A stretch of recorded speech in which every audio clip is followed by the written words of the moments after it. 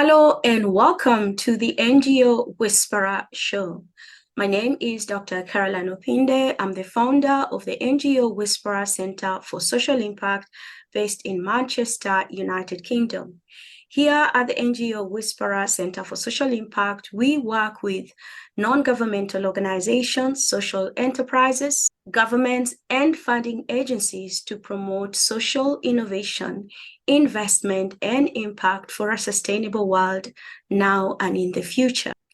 Joining us today from Atlanta, Georgia, is an amazing couple that is doing amazing work around the world.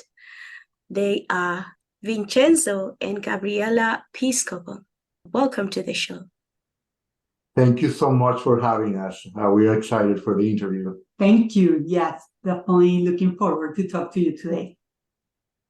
We are so excited to have you here today to speak about Wheels of Happiness Foundation. Share with us, how did you come about, first of all, with the idea of setting up a nonprofit, and what inspired you? Share the journey with us. Sure. So I was injured with a spinal cord injury 13 years ago.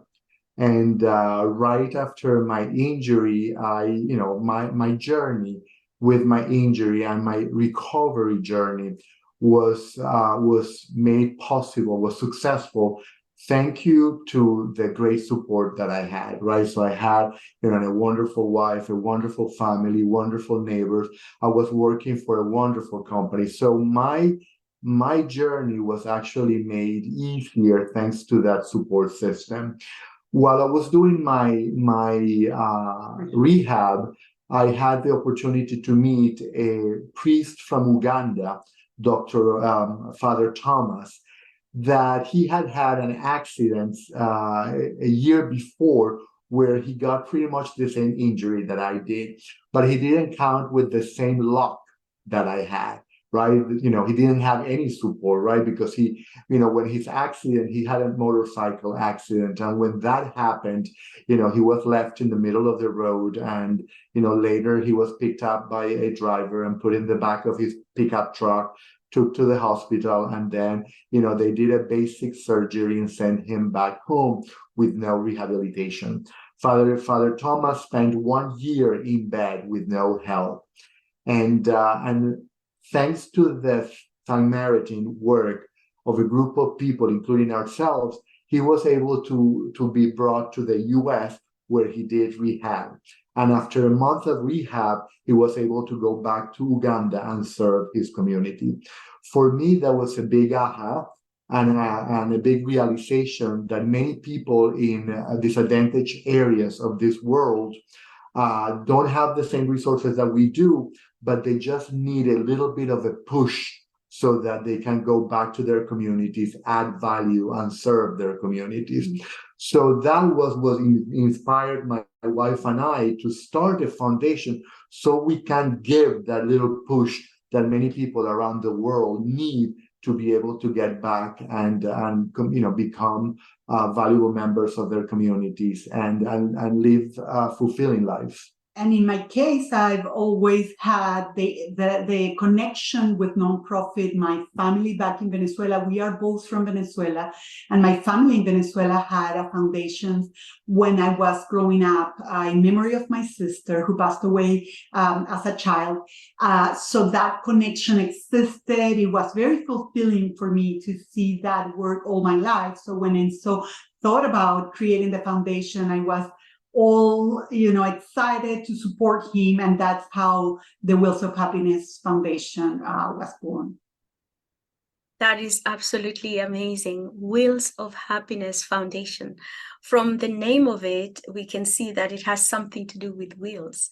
Share with us the work that you do, where you actually conduct this work, who you serve, and the partners who help you make it possible. Yeah, we started, as Enzo said, sending some help to Uganda, to Father Thomas and other people through him. And of course, also Venezuela, where we are from. and we realized all the needs that people with motor disabilities have. It's, of course, the first one is a wheelchair, because as simple as it may seem, in many areas of the world, a person with a motor disability doesn't even have a wheelchair.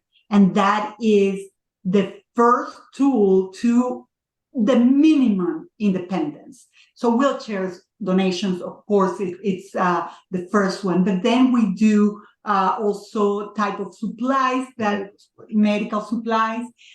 We have help with surgery. We have help with physical therapy and occupational therapy, and we have even helped some of our members to start their own business, so that they can work and get funds to live. Yeah, and we have operated in 8 countries so far. Some countries in Latin America, some countries in Africa where we have connection, and of course in the United States. Right, that's the United States. Even though are a lot more resources here in the United States, the fact that some people may not have insurance or may have a gap where, still have some needs, we have been able to also help here, of course. Now, I am aware that you have a fundraiser to support your work, and every year you do this. Tell us about this fundraiser that's coming up in September, and who are the partners that you're working with to set it up and make sure that it is successful. Every year we have our gala in September. This year is going to be, as you say, September 30th. It's a celebration that everyone enjoys very much. We are Hispanics and we love to celebrate, so we have dance and we have the fun part. But at the same time, we always also honor a fighter in the world of disability and somebody that has helped us. And during the gala, we offer dinner and we offer entertainment, and there is also silent auction, and there is also live auction and series of activities that make the night to be very, very exciting and enjoyable. We usually do this gala at the same time every year, and that provides probably around 80% of the funds to operate the following year. And we have sponsors, among them the Coca-Cola Company, so far Thomas Fesson Designers, Luna Plastic Surgery. So those are some of the sponsors we have secured this year. And so we'll probably mention some others, but the point is that we have support from the community, from some businesses, and then we have a group of people that every year attend our galas and have a great time. And every year we have some new people that also come and enjoy it. So it's an event of about 250 people. And we also, welcome donations from anybody. On our website, there is a link to make donations. So if anybody feels that our mission is one that deserves support, they can go ahead on our website, which is www.wheelsofhappiness.org, and they can make a donation. People, when they come to our galas, they always leave very happy because it's a fun event. It's a fundraiser, and of course it has all the typical elements of fundraiser, but it has a lot of fun. I mean, like, there is a lot of dancing and laughing and all that. So that's what has made this gala very successful. And we always sell out every year because people, at the end of 2 weeks before, people are begging us to sell a ticket, and we say, well, we don't have any more tickets. Where do you want us to sit you?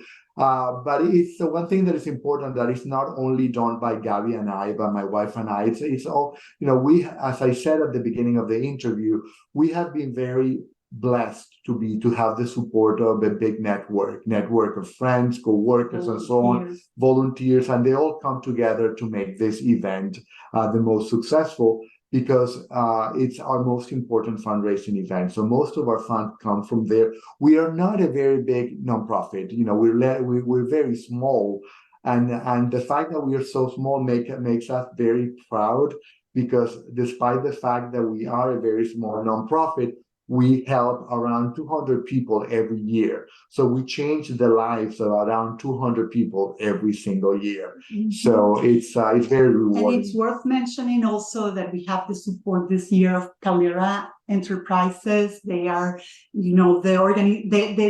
the organization behind the logistics, and they've been doing a great job helping us to get this event going, which, by the way, honors Uganda this year. Why? Because we started last year honoring, we decided every year we're going to honor one country that we have helped. And we started last year with Venezuela, because that's where we are from, and it's very close to our hearts. And of course, Uganda, for the reason that Enzo just explained, because Father Thomas is there, and it was the first country that we sent any help to. How can we eliminate the biases that we as a society put on persons with differences, and in this case, those who are on a wheelchair? I've done a lot of work around that because of my role in the other nonprofit that I work for, United Spinal Association. So one of the biggest ways, one of the biggest issues, believe it or not, is ableism, right? As you mentioned. And ableism, I always consider it to be more paralyzing than our own paralysis, right? And that ableism is that rooted belief that people with disabilities are less than, right? And while, as long as there is that belief that people with disability are less than, then society will not give people with disability opportunities. Societies will not invest in people with disabilities, and so on and so forth. So the big effort has to be on combating ableism. The way you combat ableism is by bringing awareness, right? One of the things that I have realized with all the work that I have done with the disability community is that ableism is so rooted, and people don't know they have it because they don't have awareness of the value that the community brings to society, but also they don't have awareness of how much segregation and discrimination there is against people with disabilities. So one of the first things that we as community of people with disability need to do, with the help of allies, is to actually raise awareness about two things. One, the value that our community presents to society. We are a very strong community, and we are a very strong community, not despite our disability, but because our disability. Our disability makes us a very powerful community. The disability community is a community that is very resilient, that is very perseverant. It's a community that is very creative, because obviously we live in a world that was not built for us. We are in problem-solving mode from the time that we wake up to the time we go to bed. So, but there is not awareness about that, right? People don't know that. And one of the things that I have realized is that when I give presentations about disabilities, and I talk about all the discrimination and segregation that our community suffered, people are surprised. They would say, oh my God, I did not know about that. How can that be happening, right? So that's why we have to create that awareness, right? Because once you create the awareness on people, then they start working in their own ableist. And the more people realize that they're being ableist and work on their own implicit biases, then that acceptance starts to grow, and then the more that acceptance grow, the more that society welcomes us, and the more that the government will invest on us, corporations will invest on us, because they really understand the big value that this community has. Yeah. And just to add to Enzo's point, which was excellent, by the way, just to give you an anecdote, there are several, but once Enzo was in Canada for a work meeting. At the time, he was working for Coca-Cola, so he's all well-dressed. He goes to his restaurant with friends.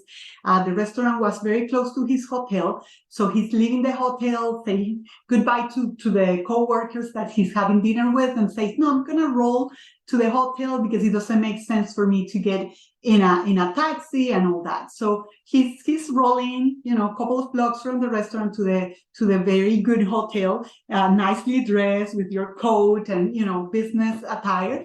And then he come across a group of ladies, one of them a little older, and the lady ends up offering leftovers foods to Enzo because she thought he was a homeless, just because he was on a wheelchair. And Enzo's like, no, thank you. I was in a nice restaurant right now. I'm going to my hotel in my business trip. But so just yeah, and that shows how how rooted that ableism is. I always, another story that I always say is that we were coming back from a trip from Italy with our whole family, and we had a lot of fun. So we were at the international airport waiting for immigration. And one of the agents of immigration asked my kids how the trip was and all that. And my kids were all excited, sharing with them how good time they had. And then the agent looked at me and then looked at my wife and told my kids, you guys are so lucky to have a mom that can provide for you. So he immediately assumed that because, I was in a wheelchair, I wasn't able to provide to my family, which was obviously, untrue in that specific case. So that kind of belief is not bad intention if you think about it, but it's very rooted, right? It's that belief. So if you have that belief very rooted, when a person with a disability goes to you to applies for a job in your corporation, you automatically will not consider that person because of that rooted belief. Well, you're probably not able to do the job. You're less than, I'd rather hire a person that doesn't have a disability because I'm sure that person will do a better job, which is totally untrue. But one thing that I want to also talk about is the segregation, right? Because the segregation of people with disability is also very rooted, but it's very subtle, and people don't realize it. And because it's very subtle, it really gets perpetuated, right? So for example, I'm going to give you, two very basic examples. Healthcare. Healthcare should be the industry where there should not be discrimination against people with disability. It should be the industry that welcomes us the most, but it's not. And to give you an example, when you go to the hospital, when you go to the doctor, for example, you get checked in, right? And after you get checked in, the nurse comes to you and takes you to this room, right? What does the nurse does? I don't know what they do in the UK. In the UK, but here in the States, the nurse would first take your blood pressure and then she will weigh you. And she will weigh you, right? Because weight is a very important indicator of your health. And also it drives, the level of dosage of your medication. Where people that are wheelchair users, we don't get weighed because they don't have wheelchair scales, right? So basically, the message that they're telling you is that, your health is not as important as it is for able-bodied people, right? So weight for Gabi is very important, so I need her weight. But for you, don't worry about that. You have more or less, how much do you think you weigh? And that's the way they do it, right? For another example that is a little bit TMI, too much information, but it's true and it's real and it's concerning, is that, prostate exams, right? So for a middle-aged man, getting a prostate exam on a regular basis is extremely important because prostate cancer is one of the leading causes of death in male. Well, we don't get a prostate exam because doctors don't always have a table that would lower down so that we can transfer to the table. So the doctor chooses most of the time not doing the prostate exam. Again, it's showing you that segregation, that your life is not important I'm going to give all the service that an able body deserves, but you don't deserve it. So that gets in the healthcare system, but it gets reflected everywhere. For example, when I go to a stadium, to give an example, my son, he loved baseball all his life, since he was little, right? And for him, going to baseball games in our big stadiums here in Atlanta was one of the things that he enjoyed the most. And what he enjoyed is being able to go to a baseball game with his dad and his friends. However, we could never do it because he either had to always choose to sit with his friends or with his dad, because his dad is sitting in this segregated part for wheelchair users, right? But if his dad wanted to share and be sitting, behind the catcher, he wouldn't be able to make that choice. Somebody else had to make that choice.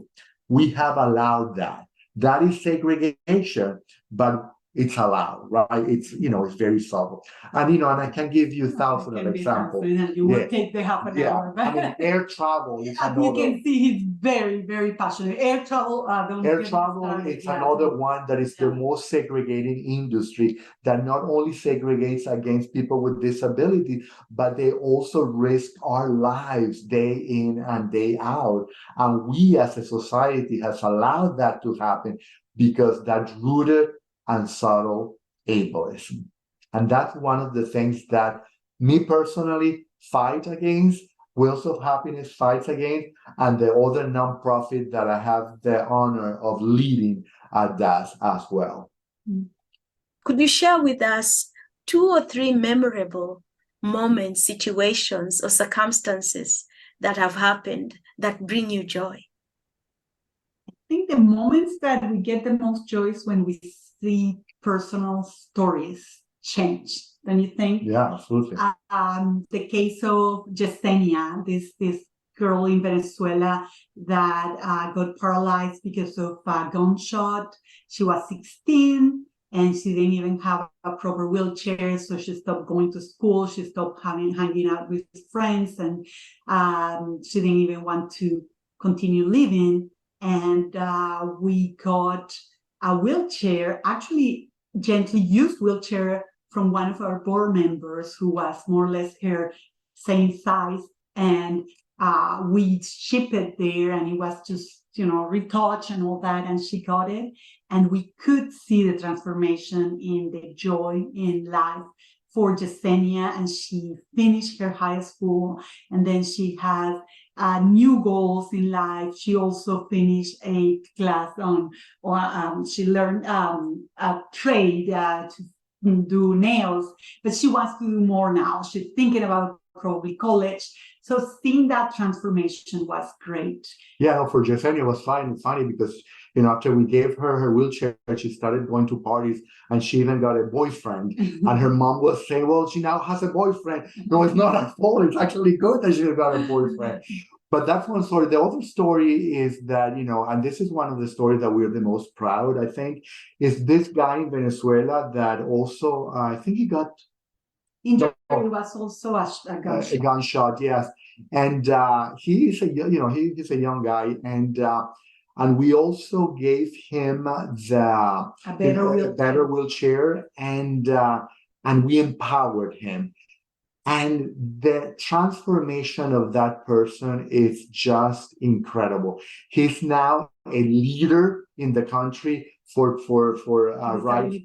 disability rights. He's got like a food how do you call that, a food kitchen for the needy. He's doing so much work. And he also is the founder of the workshop. He fixes wheelchairs, so that's his entrepreneurship now, and we support him, but he is fixing wheelchairs. All wheelchairs, and it's incredible. I mean, he gets like wheelchairs that, here in the States, they would have thrown to the dumps because they were completely unusable, and he would rebuild them in a way. And that has allowed him to continue to help the community, but also help himself, right? Because every time that he fixes a wheelchair, he sells it. And then, he gets some money for that, and then we help him.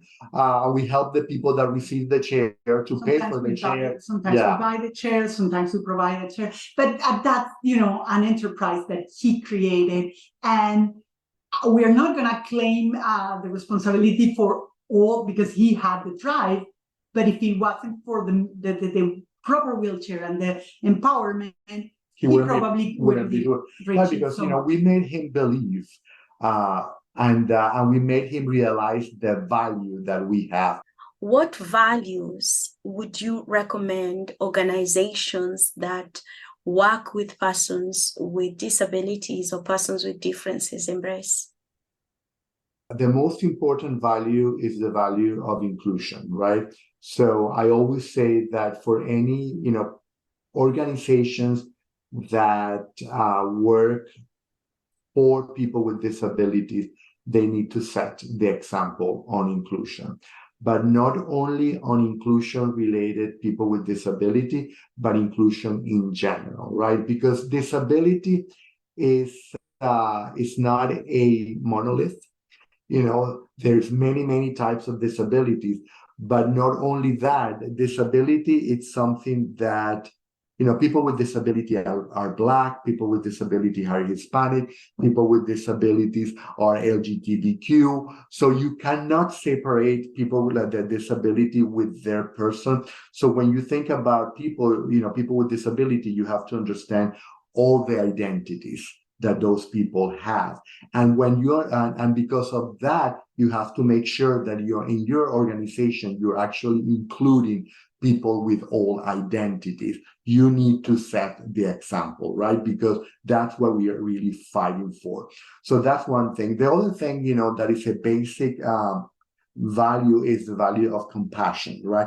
We need to do everything with compassion, right? Because we need to understand that everybody has a history, everybody has their own stories, and we have to be aware that their story might be very different from my story, but still very valuable and still very relevant. So we really need to always work with the fact that, we need to be aware and empathetic of everybody's stories and everybody's history.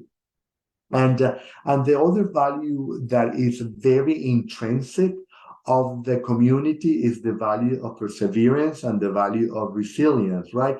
Because this fight cannot be won if you're not resilient and if you're not perseverant. So one thing that we really always have to nurture is the resilience and the perseverance of this community so that we can continue impacting change in society.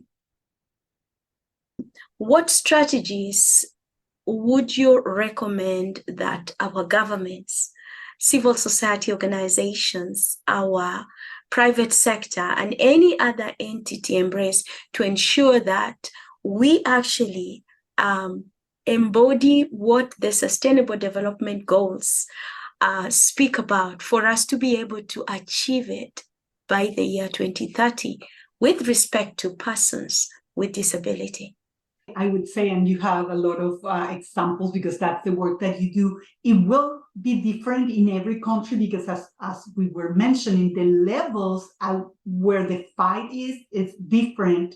But having the groups, every time there is a discussion about the rights of a group, that group needs to be invited to the table to discuss. And this is valid for any group because we don't know what other people's needs are. So in that case, advocating, and I guess that's what you do every day, just groups organizing, advocating, and governments listening. So that's a very good point. One of the things that our community always says is, nothing about us without us, right?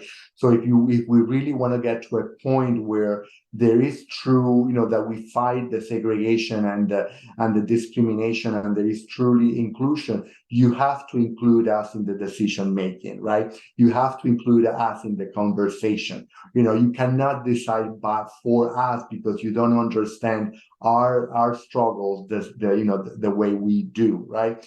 So the way that corporations can help is one on creating that awareness, right? In building that awareness, right?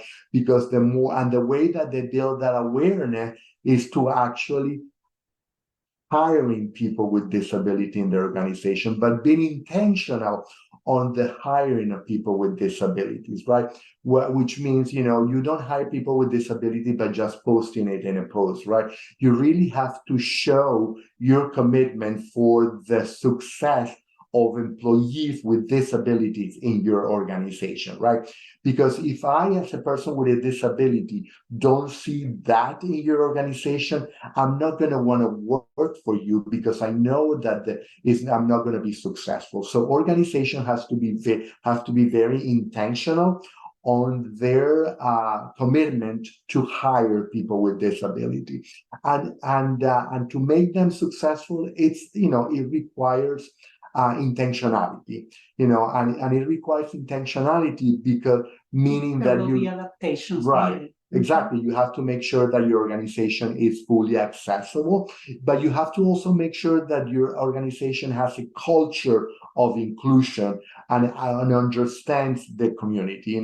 As a simple example, and this is something that that is a reality, but there is a lot of people that just are not comfortable being around people with disability, and that level of uncomfortableness is because of ignorance, because of lack of exposure and all that. So you have to start by building that culture where your organization as an organization is an organization that is comfortable with people with disability, so that they can actually genuinely and authentically welcome that community. But then, once you build that culture and once you have plans to hire people with disabilities, and of course, you have to make it accessible from the time you post it to the time the person retires, right? And so you have to make sure that your website is accessible. You have to make sure that you are aware of the accommodations needed for a person when they're interviewing. And then once they're hired, the accommodations that they need. But one of the things also there is that you have to start realizing that accommodation is not an expense. Accommodations are investment, so that you can really get the fruit of the talent of that community. And when you invest on that, the fruit will definitely compensate that investment. And it will be a very profitable investment. The more that you do that, it becomes like a positive cycle, right? The more that you realize that, the more that you make those people successful, the more that you will want to hire more people with disabilities, and for me, my dream, but also when I know that corporations are doing their part, is when you start seeing people with disabilities at all levels, from the person that welcomes you at the door of your organization to the boardroom. So that's from an organization perspective, but from a government perspective, it's pretty much the same, believe it or not. There are many public policies, at least here in the States, that are policies that really make our lives and our ability to be fully included in society very difficult. And the reason why that is happening is because many of our elected officials lack of the awareness of that discrimination that I mentioned at the beginning, the segregation that I mentioned at the beginning. So we as a community have to really work hard with elected officials to raise that level of awareness up, so that when they're building public policies, they realize, they do it for us. And one thing that I always tell elected officials when I talk to corporations is that if I'm white, I will never be black. If I'm black, I will never be white. If you're black, you will never be Hispanic. But if you're Hispanic, you can be disabled tomorrow. If you're black, you might be disabled tomorrow. That happened to me. I was an able-bodied and things happened and I became disabled. So really fighting for that inclusion benefits everybody. And worth of, fortunately and unfortunately, in so many cases, people are living longer. And because people are living longer, it's very likely that people are going to age to a disability. So it's in our all interest that we really make sure that our public policies and our society in general is inclusive of people with disability. Because when they're being inclusive of people with disability, they're being inclusive for everybody else. One thing you have mentioned, and I just want to reiterate on it, is that accommodating persons with disability is not it's not an expense. It is an investment. Thank you for that. That's one thing that I am taking away from what you have shared about how government, civil societies, and the private sector can do to make us able to achieve this by 2030. Now, another question, and this goes to investment and future plans. What would £1 million, and maybe in your case, slightly over $1 million do? We would keep investing on people, probably take us to another level, but just expand the reach because there is so much need, so much need. We would like to have, the security that we can operate in the longer term and just keep helping people having our programs to make sure more people have the means to be successful. You have some ideas? The other thing that we would definitely do, because that has been one of the struggles for our organization, is actually building an infrastructure and building capacity, right? Because we're very small, so we are all managed by volunteers. We don't have anybody that gets paid because we've always been on the conundrum of saying, do we hire somebody or do we use this money to help people? And because of our compassion heart, we say, you know what, we'll continue to do it as volunteer. We'll continue to working with the work of volunteers and just give this money to them. But that has stopped us from growing, right? Because if we don't hire a development officer, we cannot fundraise to get more money. And if we don't get more money, we cannot grow, right? So one of the things that I think we would do with $1 million is to, first of all, build the infrastructure and build the capacity that would allow us to grow so that ultimately, like Gabby said, be able to help more people. What are the plans that you have for the next 12 months?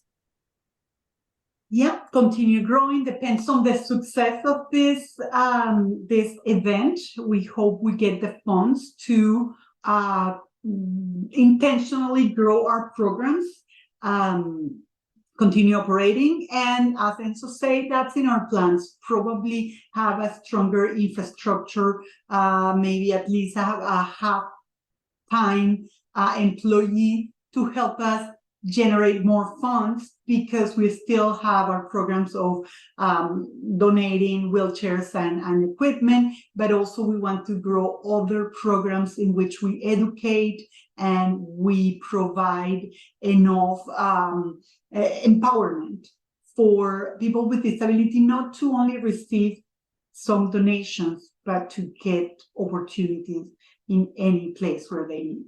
And also to join us in this journey, right? Like we did with Cesar, right? When we helped Cesar, we helped him to get a wheelchair and we empowered him. And now he's doing the same for many, many other people in Venezuela. So we want to create that multiplier effect, right, with the people that we help, that for everybody that we help, they help 10 more people, and so on and so forth. And because by doing that, we'll be more effective and more efficient on the work that our organization does. Absolutely amazing. As we come to the end of this episode, where can people find you? How can they connect with you? Definitely our website, and also the social media. We are on Instagram and we are on Facebook. We're on LinkedIn. And as I say, before, our website is www.wheelsofhappiness.org. Thank you so much, Vincenzo and Gabriela. Thank you so much. Take care. Thank you so much, everyone. As always, it's all about connecting people, raising funds, and impacting lives globally.